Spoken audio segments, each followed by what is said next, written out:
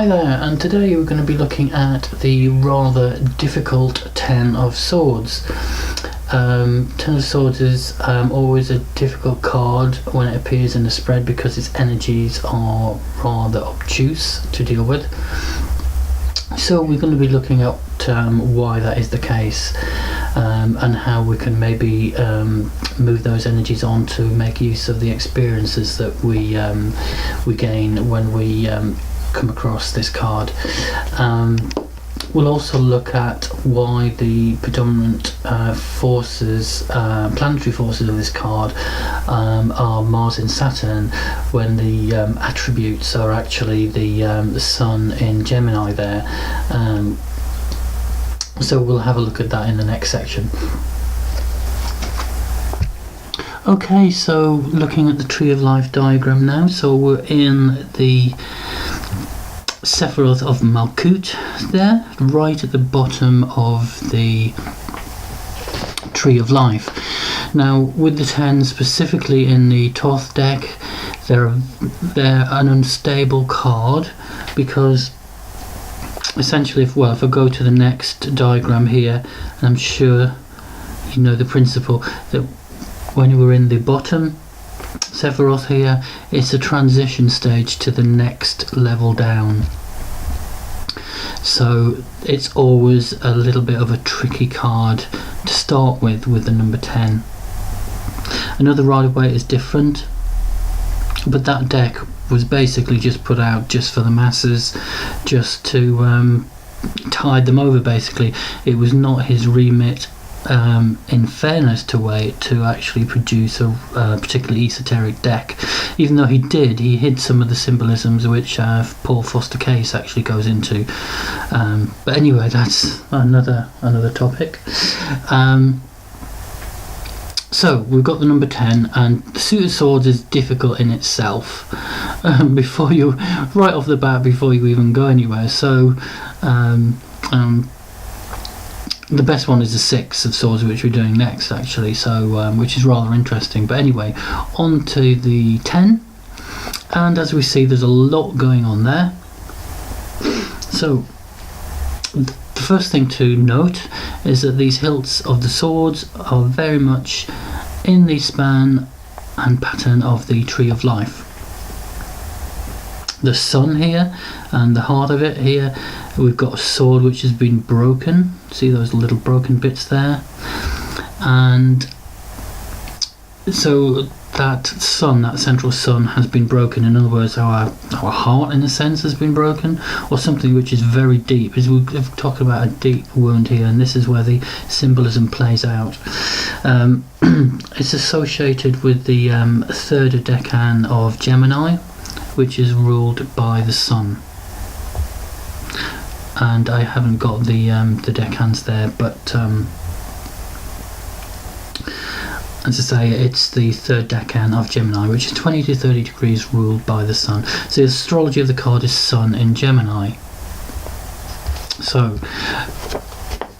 we've had the Sun here and Gemini there. So looking a bit at what the Sun in Gemini actually means and why it isn't particularly strong in this card. Again, we've got the Sun as being a very focusing energy, going forth, but Gemini, as we know, can scatter that focus, scatter the intellect. So what we're saying in this card is that the energy of the Sun is just dissipated and it doesn't really do anything, especially being so far down in the Tree of Life. So that's why it becomes ineffective. It's the sign that it expresses itself in, and the position of the card in the Tree of Life all go against it. So what we are left with is Mars and Saturn. So where does Mars and Saturn come into the equation? Well, we've got to look at the symbology of what is on the hilts of the swords here. So at the top here we've got a set of scales, as you can see. So I can not lose it if I do that. A set of scales, as we know, is to do with Libra, and Libra is exalted in Saturn, so that's reference to Saturn there. Hokmar and Binar there, again, we've got like an hourglass symbol here, and as we know, that is associated with time, and Saturn is to do with time. We've got these Saturn returns of first and second Saturn returns, which I'll go through in the astrology part of my site website.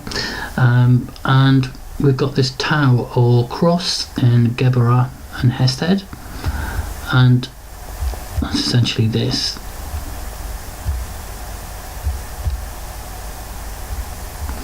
So the Tau or Tav means cross, and it's the final letter of the Hebrew alphabet, associated with 300, the number 300 in Greek, and 400 in the Hebrew alphabet. It corresponds astrologically to the planet Saturn and the concept of finality. And we've got all this acting on Tiphereth and the heart there, Hod and Netzach. These have 4-pronged guards on them, and that's really to do with like a Saturn type restriction. A guard is obviously something that restricts, and Saturn is a very restricting planet there. Interesting, it gets down at the bottom here. We've got Yesod, and we've got a sun there. In Malkut, we've got like a pentagram and a lunar crescent. You can see the lunar crescent here, pentagram here.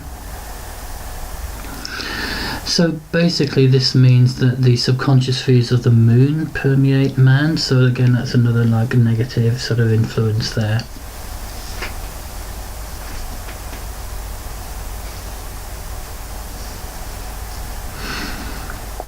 And obviously the sun is related to man, so we've got the subconscious permeating the conscious, and we saw that in the 9 of Wands, I believe. So the 5 upper sword damage the 6th sword, which is here, and the lower 5 hold it in place. 1, 2, 3, 4, 5.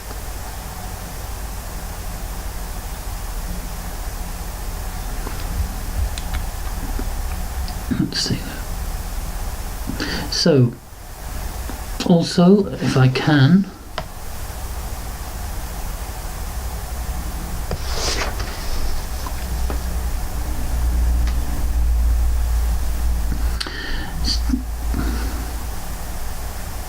it's actually 4 lower swords. This is where, you know, I can get stuck with all this symbology going on, but yes, we've got 5 swords on the top damaging it here, and we've got 1, 2, 3, and the 4th one there, as we've got Malkut and Yesod there damaging the final card, which is the number, which is the in the position of the sun there. So we've got 4 pinning it in place on the bottom and 5 on the top, that equals 9, and the 1 in the centre is 10. I do apologise for that, but I won't edit that out, so you know I do get into a muddle at times, which is easy to do on cards like this. So okay, going on from this, as we can see, I'll just blow this card up here. We've got 10 arrays in the centre, and we've got, it's supposed to be 5 yellow and 5 white, and that basically represents number 10, Malkut, and that's to do with the fact that we've got the 10 reiterated, which means that again this manifests in our life. It's not something in our head, in our heart solely. It's something which will filter to the surface in tangible things in our life, which I guess, you know, many of us have been through. So quotes from the book of Thoth. I guess before I do that, I should mention in the background we've got these swastikas, red swastikas, and that's the Mars element coming in. So we've mentioned the Saturn, and then we've got Mars. these two are both what are called malefic planets, which tend to bring sort of bad luck and misfortune. Mars considered the lesser malefic and Saturn the greater malefic. So that's why those two dominate. And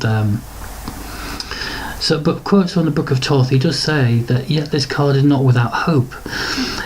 The solar influence still rules and destruction can never be complete.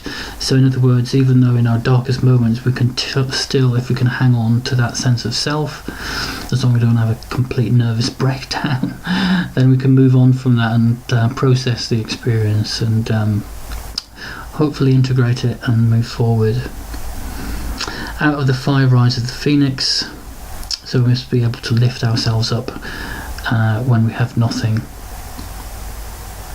So divinatory meanings is associated with this are things like wisdom through pain and loss, destructive power of negative thinking, which disrupts the harmony and balance of the heart.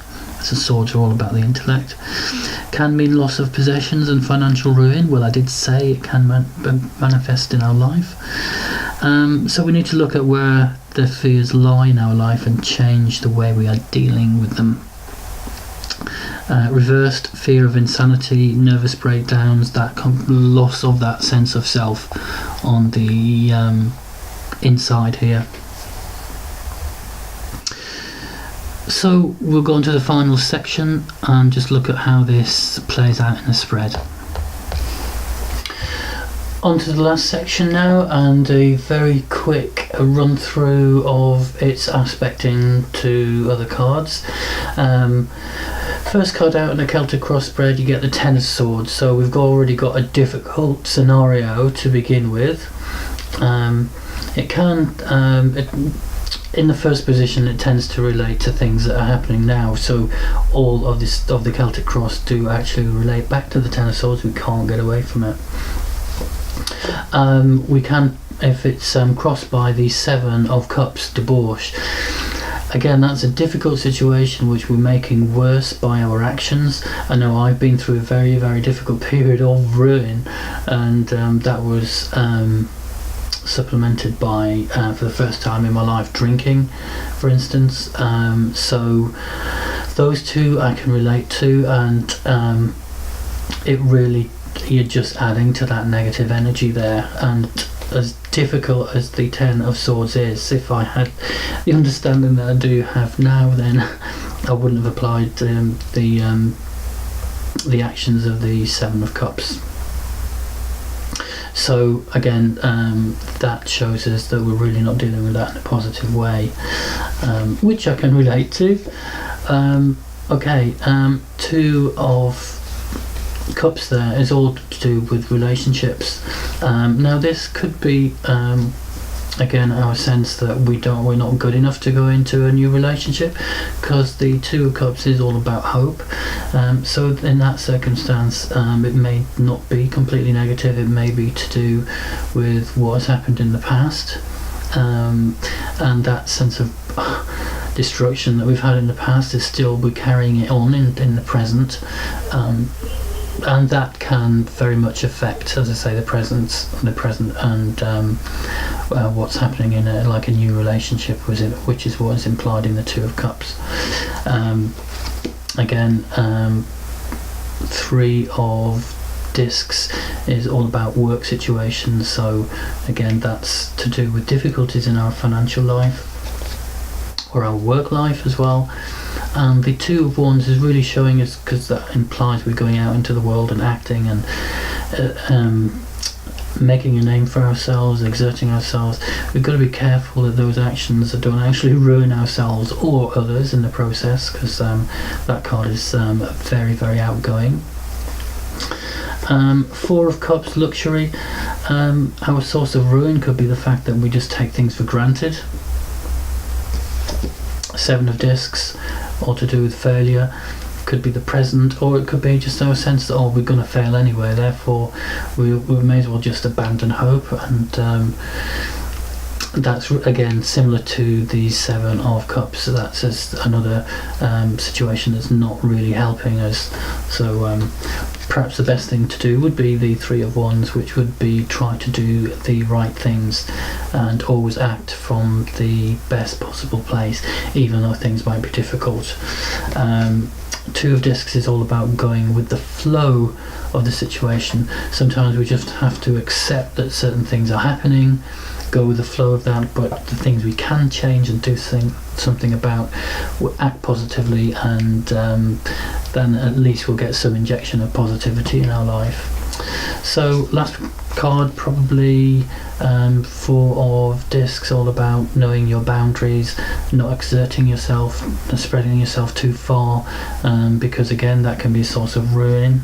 And I think we'll end there. That gives you a full fairly broad idea of how the card relates to others. So thank you very much for watching. As always, the notes are in the drop box below. Take care of yourselves. Bye for now.